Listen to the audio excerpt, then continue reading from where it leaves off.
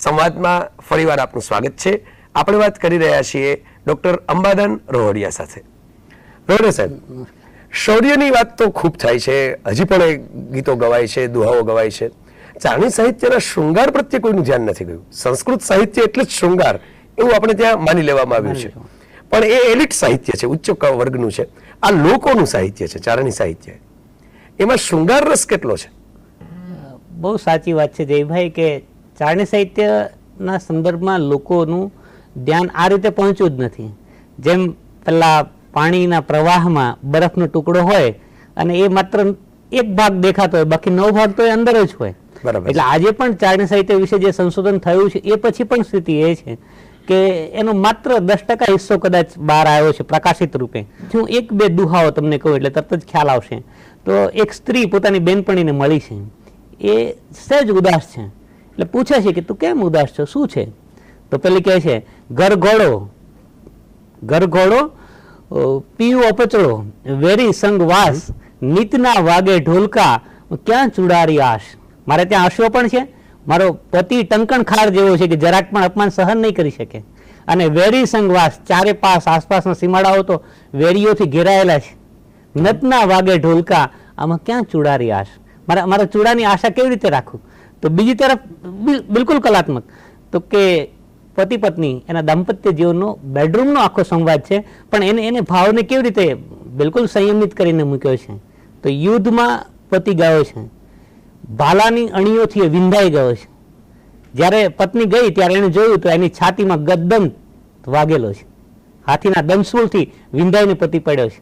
હવે પત્ની આ દ્રશ્યને જોવે છે, પણ એ દ્રશ્યને એ કેવી રીતે મૂલવે છે, અથવા તો એ ક્ષણે પણ એ રાજપૂતાણી છે, ક્ષત્રિયાણી છે, તો એનો ભાવ કેવો કલાત્મક અને એમાં શૃંગાર છે. તો કે સેલ ધમોડા કી સહિયા ગજદંત, કઠણ પહોવર કૂચતા તદ કસમસતો તું કંત. મને તો એમ લાગે છે કે તું તો બિલકુલ કોમળ હતો, પણ આજે તારી સ્થિતિ આ જોઉં છું કે તેને તો ભાલાના ઘાથી તારું શરીર વિંધાઈ ગયું છે. તે આ દંશુળના પ્રહાર કેવી રીતે સહન કર્યા? કઠણ પહોવર કૂદતા, મારા સાથે તારો આલિંગન થતું હતું ત્યારે તો મારા સ્તન પણ તને કઠણ લાગતા હતા, અને તું એમ કહેતો હતો કે અચકાઈને તો કઠણ પહોવર કૂચતા તદ કસમસતો તું કંત. તો આખી વાત, આવા તો અનેક શૌર્ય અને શૃંગાર બંનેનો બિલકુલ બિલકુલ, અને આવા તો હજારો દુહાઓ. મેં આખો સરસ ચારણી સાહિત્યમાં વિરાંગનાનો આ પ્રકારની આખી વાત કરી છે ચારણી સાહિત્ય વિમર્શમાં. આપણે તો ઘણા બધા શિબિરોમાં ભાગ લીધો છે, પરિસંવાદોની અંદર સંશોધન પત્રો રજૂ કર્યા છે, ઘણા વ્યાખ્યાનો આપ્યા છે. આપનું એક સંશોધન હતું ચારણી સાહિત્યમાં રાધા. તો રાધા આમ તો ભાગવતમાં નથી એવું કહેવામાં આવે છે, અને ગીત ગોવિંદથી કે બ્રહ્મવૈવર્ત પુરાણથી એની પરંપરા શરૂ થઈ. તો ચારણી સાહિત્યમાં રાધા કેવી રીતે આવી? આપને કદાચ ખ્યાલ હોય કે ડોક્ટર બળવંતભાઈ જાની જી, એમણે સૌરાષ્ટ્ર યુનિવર્સિટી અને લોક સંસ્કૃતિ વિભાગના ઉપક્રમે એક પરિસંવાદ રાજકોટમાં જ યોજેલો, વિવિધ કલાઓમાં રાધા. એટલે સંસ્કૃત સાહિત્યમાં રાધાની વાત હોય, લોક સાહિત્યમાં રાધાની વાત હોય, મધ્યકાલીન સાહિત્યમાં રાધાની વાત હોય, કંઠસ્થ પરંપરામાં રાધાની વાત હોય, શિષ્ટ સાહિત્યમાં રાધાની વાત હોય, ચિત્રમાં રાધા કેવી રીતે આવ્યા છે એની પણ વાત હોય. એટલે આ બધા પરિપ્રેક્ષમાં એ પરિસંવાદમાં એક પેપર મેં ચારણી સાહિત્યમાં રાધા વિશે રજૂ કરેલું. મેં ઘણા શ્રમ કરીને આ વાત કે ભાઈ કેવી રીતે રાધાને એમણે જોઈ છે. તો ચારણ પરંપરા છે એ તો એક તો શૃંગારને પણ વર્જ રહીને, એટલે શૃંગારને સંયમિત કરીને, શૃંગારને સંયમનું ચોકડું પહેરાવીને પછી જ રજૂ કરે. તો રાધાજીના પ્રેમની વાત સીધી તો પેલા સ્વીકારી નહોતી, કારણ કે એ તો રૂક્ષ્મણીને સ્વીકારે. બરાબર. એટલે એમણે આ રૂક્ષ્મણીજીની વાત નિમિત્તે રાધાજીની વાત લાવ્યા પ્રથમ તો યેસુદાસજી, અને એ વાતમાં એણે રૂક્ષ્મણી અને રાધાને બે એક અવતાર તરીકે મૂક્યા. એટલે રૂક્ષ્મણી છે એ જ રાધાનો અવતાર છે. તમારા તો આ બે અવતારના અલગ અલગ સ્વરૂપ માત્ર છે. તમે રૂક્ષ્મણી અલગ નથી, રાધા અલગ નથી. પણ એથી પણ બહુ જ કલાત્મક રીતે મને જે ગમ્યું છે સૌથી વધુ માર્કેબલ, કે બ્રહ્માનંદ સ્વામી, સ્વામિનારાયણ સંપ્રદાયના જે સહજાનંદ સ્વામી, એમની સાથે સંકળાયેલા બ્રહ્માનંદ સ્વામી, તો એમણે તો અષ્ટવિદ્યાની કવિતા લખી છે, છઠ વિદ્યાની કવિતા લખી છે. અને પાલવવા પાલ્યા, કાઠિયાવાડમાં કોક દી ભૂલો પડી ભગવાન, તો મોંઘેરા કરું માન તને સ્વર્ગ ભૂલાવ શામળા, એ પાલવ પાલ્યા એ સાહેબ લગભગ 1000 જેટલા દુહાઓ કંઠસ્થ પરંપરામાં ચારણી સાહિત્યના એણે લખ્યા છે. એ વાતે વાતે દુહાઓ બોલે એમ લખે. મેં ને બળવંતભાઈ એના ઉપર 10 વર્ષ કામ કર્યું, સંશોધન કર્યું અને લગભગ 480 દુહાઓ મળ્યા.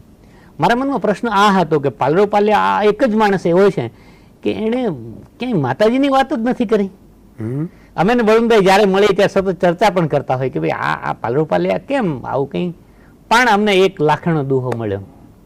એ દુહામાં એણે રાધાજીને, તો રાધાજીને તમે કેવી રીતે એણે મૂક્યા છે, તો એણે એમ કહ્યું કે મારી અંત વેળાએ એકલો, મારી અંત વેળાએ એકલો નટવર આવીશ ના, મારી અંત વેળાએ એકલો નટવર આવીશ ના, મોળી રાધામાં સાથે લાવજે શામળા. તો આ મોળી રાધામાં ચારણ છે એને માં તરીકે એને જોઈ એને. અને આ ચારણી સાહિત્યનું સૌથી મહત્વનું ગીત કદાચ કહી શકીએ તો આ ટાઈપનું છે કે એ નારીને માતૃ દર્શનથી જોવે છે. નારીનો મહિમા ચારણી સાહિત્યમાં રહે છે. સાહેબ, આપનું એક પીએચડી નો શોધ નિબંધ પણ છે હરદાસ મિસણ ઉપર. તો બહુ ટૂંકમાં, કારણ કે આપણે એક વિરામ પણ લેવાનો છે, એટલે ખૂબ ટૂંકમાં હરદાસ મિસણ વિશે થોડી વાત કરશો. હરદાસજી મિસણ વિશે મેં જ્યારે પીએચડી નું સંશોધન આરંભ્યું ત્યારે ઘણા બધા પ્રશ્નો હતા એમના જીવન વિશે, કવન વિશે કોઈ ડિટેલો મળતી નહોતી ને 500 વર્ષ પહેલાની વ્યક્તિ. પણ પછી અમે વિષય જ્યારે સ્વીકાર્યો ત્યારે એની હસરતો મેળવી. એ માટે મેં ગુજરાત, રાજસ્થાન સુધીના પ્રવાસો કર્યા.